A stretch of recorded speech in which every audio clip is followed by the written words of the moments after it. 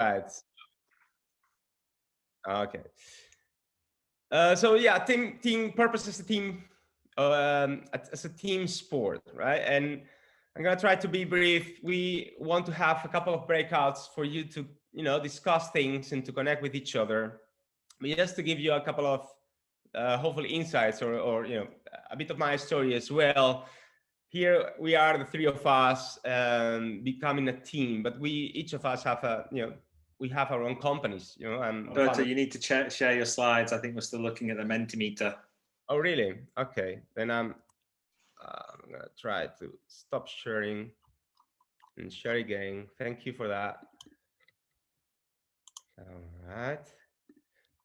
Let me see. Let me know if you can see the PowerPoint. Yeah. Yeah. Good. So yeah, each of us has his own company, right?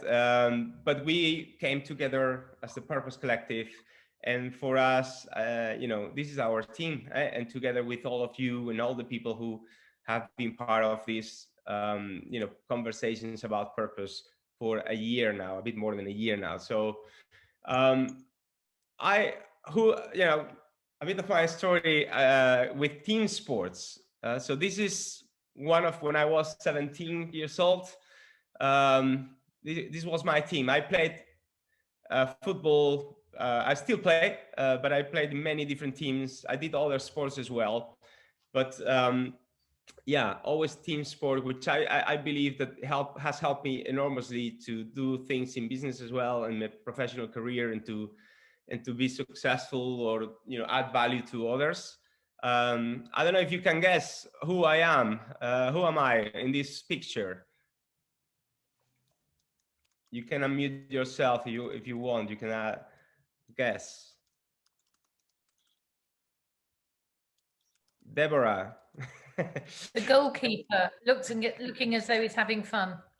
Yeah, I'm not that person, but he's actually a very funny guy. He's a comedian now, so he actually is a professional comedian, and he was always making jokes. Yeah.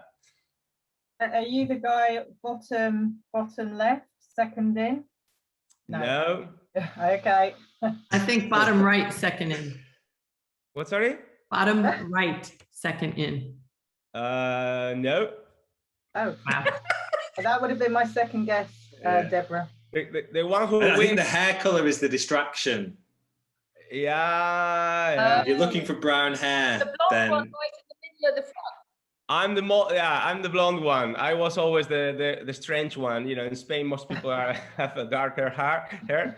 So I'm that one. And then I've been part of many different teams, and again, it was fun, and it was I enjoyed so much, and I learned so much. But I also had difficult times and challenging times, and I can definitely see and apply on how I work in the teams, as part of teams in the professional life, which I've been a part of. Also many other teams. There is one picture here that is linked to team sport as well. So it's the one at the bottom left. We were playing beer pong, so which is a different version of ping pong, but with beers involved. But there is a link for me, very strong. And right now I'm still playing, but I also coach kids. At my son's team.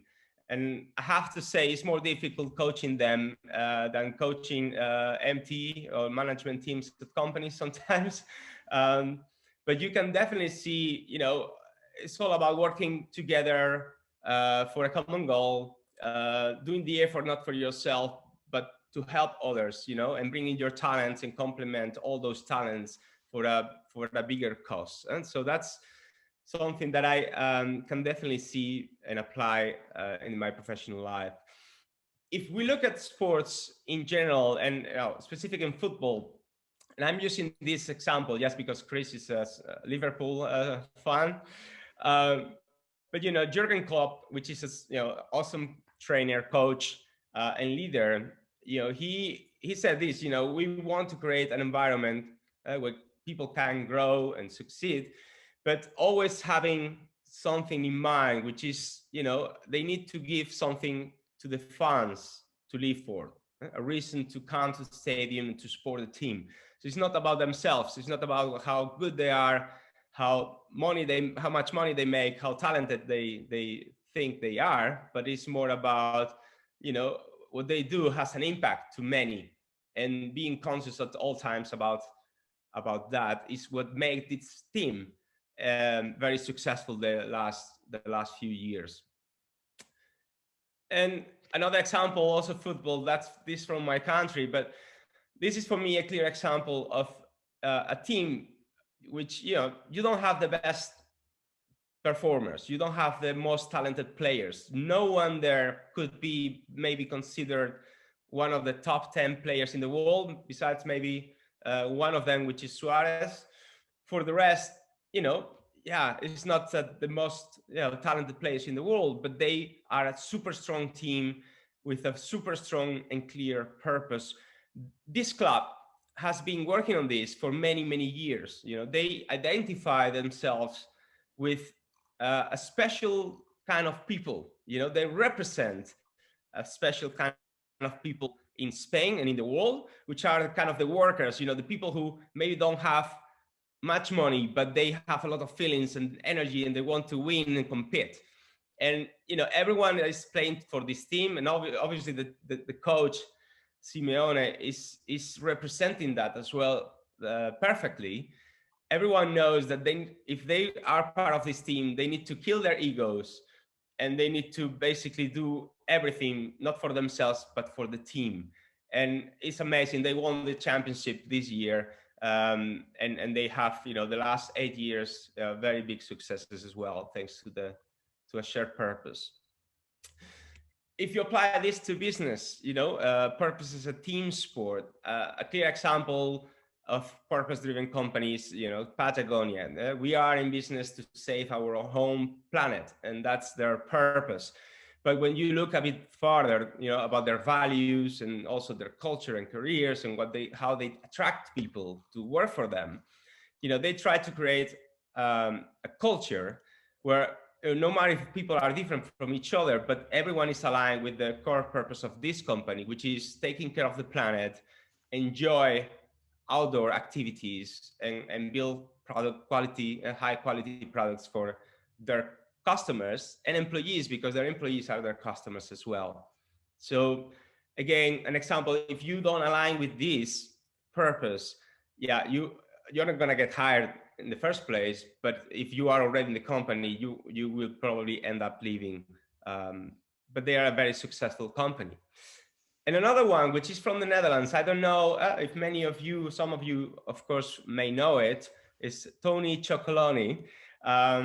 It's a chocolate brand, but with a clear message. If you go to their website, how they hire people, everything, all the processes is very purpose driven, and their purpose is to build a 100% free, slave-free world in the industry of chocolate. Again, this creates a special bond between the team members, special connection, and it is all about having goals is important, having values is very important as well, and having the purpose. I think the three of them, purpose alone doesn't maybe do everything, but the combination of these three, goals, values, and purpose, is very strong and makes and builds strong teams and successful high-performing teams. So this is the first breakout. It's going to be for you to get into groups and discuss about, what was your best experience working in a team, and what made that experience so unique and special. What was it? So that's the question for you. We will put it on the chat, and I think Chris will do his magic with the breakout rooms. Okay, so we've got the breakout room set up. We're in rooms of 3. We're going to open them now. And should we do 12 minutes for the first conversation, Alberto? Sure. Excellent. So 12 minutes, and we shall see you all back here very shortly. All right. Welcome back, everyone. How were the discussions? Good? Yeah? Does anyone wants to share briefly, what was that thing that made working in a team special. Unmute yourself or in the chat, whatever you prefer, but it'd be nice to have a couple of... We basically said, I think some of the cool things that came out were when we work well in teams, it's been building up that trust of different levels that you're working with across, whether it's a business or even kind of people you don't know. Like, for example, if you go on an event day or something, I've been at things where you have to get together with people you don't know in an escape room and kind of work together. So that's just sprung to mind. Also understanding people's strengths and also making them feel like they're being heard. So that sense of inclusivity and not having that fear if they want to put an idea forward or want to get involved in something that maybe not been allocated to them. And we kind of finished on something that I brought up. I think Alberto said something that was really poignant, but bringing talents together that complement each other for one unified goal. And I think that really struck a chord with me in terms of what teamwork it is all about. So, yeah. Wow, thank you. Thank you for sharing. Someone else wants to share quickly? Yeah, I can do. I work from a negative perspective. I was working in a group with no common purpose, no meaning except a personal meaning. But because people didn't have a purpose, we didn't have a higher purpose. So I learned from that experience the value of purpose, and I left the team because I couldn't live in a purposeless environment. Yeah, very good. Thank you. Thank you. Can I add one? Because, sure. And Bengt, that is such a great person. The idea of the difference between purpose and a higher purpose and no purpose. That's so interesting to discern that way. In our team, in our group, it was the comment, you know, back to your quote that you said, something to live for, the football coach, give them something to live for. And the two women in my group both worked in resilience and welfare to work teams. And I mean, something to live for, something good to live for. So I think that's also a great purpose. Yeah, well, thank you. Thank you very much for sharing. I'm going to share a couple of more things, and then we will have time for another breakout room, for another breakout. So I'm talking about team purpose and being part of a team myself, many teams and all that. But I'm an independent entrepreneur, a solopreneur, right? So at some point in my life, a couple of years ago, I thought, you know, fuck it, excuse my language. I'm going to start on my own. I'm going to be my own, you know, product. I'm going to be the value myself and don't depend on all these people. I was in the software industry for 11 years, and sometimes it was super nice. I love technology. But sometimes it was also frustrating because, you know, I was head of sales, director of customer experience, and I needed to basically, you know, help my people with our customers and talk to customers myself and basically sell our products. And sometimes, you know, the quality of the products weren't as good as I wanted them to be, and was frustrating, and you know, that also created this sense of, you know, I just want to be on my own and depend on myself only, together with finding or uncovering my own purpose and doing these things, but self-reflection, etc. But you know, if we look at sports again, and I'm going to share my screen quickly now here. There are also individual, what is called individual sports. And one of the things that inspired me a lot as well was this book from Agassi. You know, most people should know this guy, was pretty famous and still is, but yeah, he doesn't play anymore. But you know, when you open the book, it is a super good book. So I definitely recommend it. He starts basically saying that he hated tennis. He hates tennis, you know, and he repeats this sentence, I don't know, thousands of times throughout the whole book. He always hated tennis, but there is a turning point, and this is an individual sport. You know, you're going to the court and then you need to play, and that's it. You against the other guy, that's it. Nobody's helping you. But then there is a turning point in his life and his career as well, when he kind of uncovered or found a purpose or something to live for. And he expresses this way, and I'm going to try to read it because I know it's a long thing, to add in a presentation. But I see now, I cannot see the whole text because of the Zoom thing, and I cannot move it. Maybe Sarah, would you give me the favor of reading this for me? Sure, of course I would. The whole thing, Alberto, I'll read Yes, it. please. So it's not like me to want to win this badly. What I normally feel is a desire not to lose. But warming up before my first rounder, I tell myself I want this, and I realize precisely why.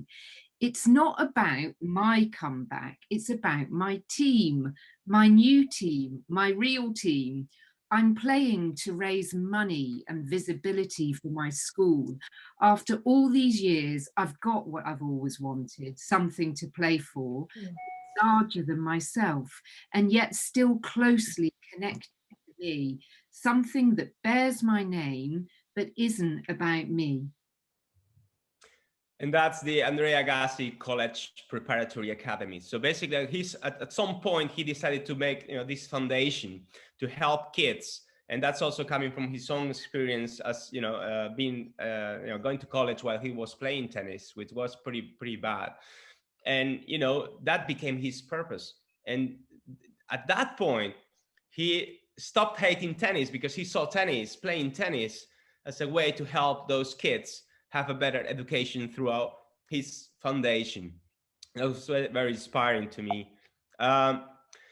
Another example, also in tennis, individual sport, Rafael Nadal, of course, this is the best tennis player in the world ever. He's from Spain, but I'm a bit biased here. But anyway, he's great. And he also, in any interview, every time he wins a title, he always mentions his team, and here as well. The truth is, without my family, without my team, or without my friends, if they had not been there during difficult times, I might have already retired.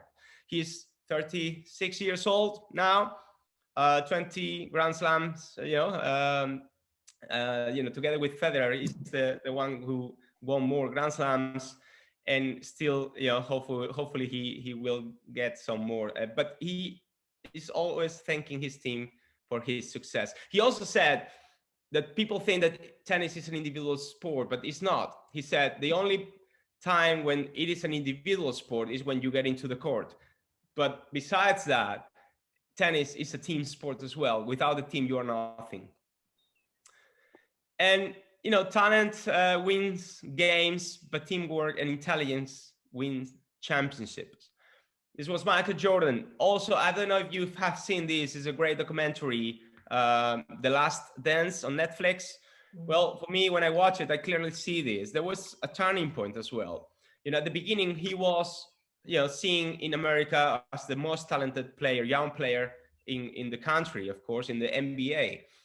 And he was getting all the recognition and everything, but his team made it to the finals, but never won a championship. They always lost at some point. And there is one point there when his coach starts talking to him about the importance of, instead of just trying to do everything himself with his enormous talent, use his talent to help others be successful, get more points, score more. And then he totally understands this, and he starts to play not just for himself, but for the team. And at that moment, that was when they started to win, and they won the first championship as a team. And they won in total 6 of them in several years.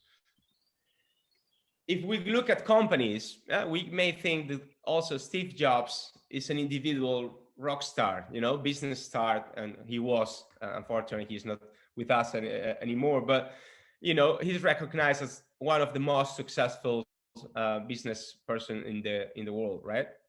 But he said this as well: great things in business are never done by one person; they are done by a team of people.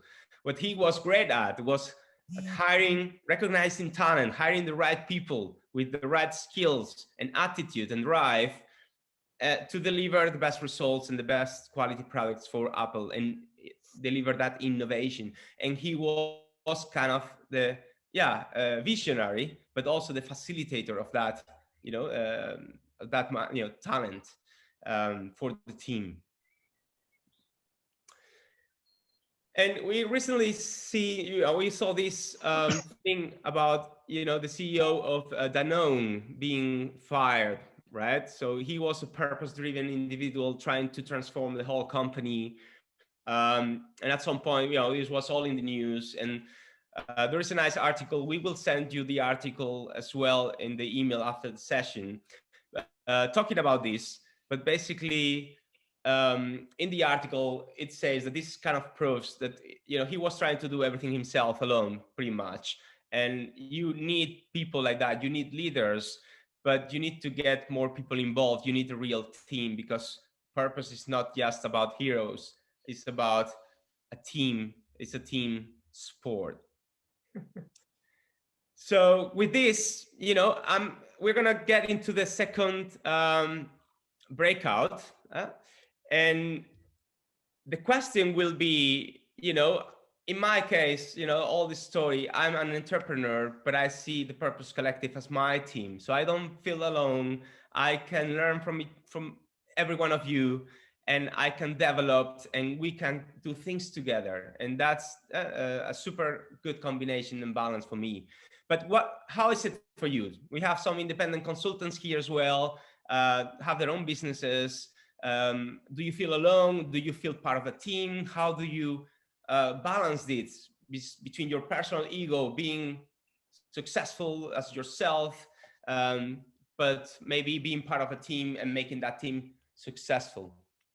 So just some things to discuss, and we will open the room. So we got 10 minutes for this one. Hello, welcome back. Did you need more time? I was saying that in the online world, you know, the most used words last year were "you are on mute," you know.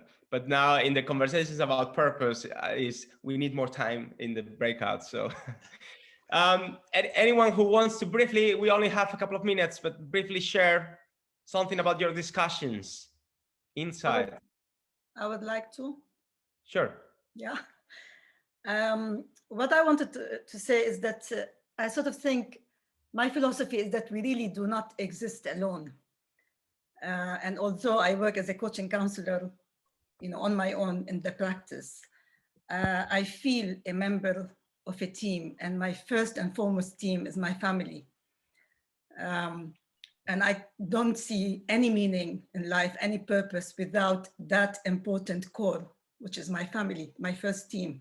And I have 2 daughters, and being in a world and being a Black female in a world that still discriminates against Black people and women, and having 2 women in my family, I see that as a big purpose and a meaning for me to give sort of as healthy an example as possible in the world. So that's my first team, so I don't feel alone. And beyond that, I see colleagues who do the same thing, coaches, counselors, as part of the team. I don't feel like I'm competing with them. I feel we collaborate, we share ideas. I mean, even in this meeting now, you're sharing so many ideas with us.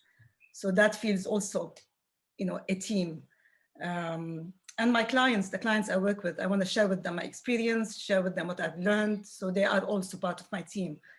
So yeah, I don't feel alone. I feel really actually all the time part of a bigger picture. Nice, thank you. Thank you for sharing, Rabia. Anyone else very quickly? Needs to be very brief. If not, I'm gonna take a screenshot because otherwise I forget, but you need to, you know, this is a party, right? Like, you know, a big party. So I count until 3 and you need to do whatever you want, but this is a party, okay? 1, 2, 3, and yeah. And another one just in case. 1, 2, 3, the flags and everything. Cool, thank you. Sarah. Great, thank you so much. Thank you everybody for coming. I really hope you found some inspiration, some connection here. A huge thank you to Alberto for sharing with us your wisdom, your experience, your creativity. I'm going to do a quick shout out for a couple of events coming up. One is tomorrow. We have a masterclass on team purpose, practical tools and tips, some success stories, things for you to take away. There's a few spaces left if you'd like to join. Chris, Alberto, myself, and Alberto, I think there's a discount code we can share with you. Yeah, definitely. Yeah. To thank you for being part of the community. And the final thing I'm going to mention is our next session in terms of these 1 hour weekly ones. So this is the 8th of July. We're going to have a guest speaker, a wonderful woman called Jen Morgan. She's the executive director of an organization called the Psychosynthesis Trust. And it's all about how the trust went on a journey over a couple of years to articulate their organizational purpose. I was involved in some of that work, full disclosure, some of the challenges as well as some of the joys along the way, particularly articulating a purpose when you've got a blended workforce that includes quite a few part-time people as well. So we'll be hearing from Jen on the 8th of July, and we'll get the link up very shortly so you can register for that. That will go live very soon. And just end by saying a big thank you. I don't know if you want to unmute yourselves. We had the crazy idea of singing happy birthday together to the purpose. Whose idea was? Yeah. Well, Can we sing all together? Yeah. Yeah. Happy birthday. Sure. Yeah. In English or in Spanish? All right. To make it easier in English, right? But, wow, it's gonna be a disaster. We know that. Don't worry. Right? 1, 2, and you need to say Purpose Collective, huh? So 1, 2, 3. Happy birthday to you. Happy birthday to us. Happy birthday, dear Purpose Collective. Happy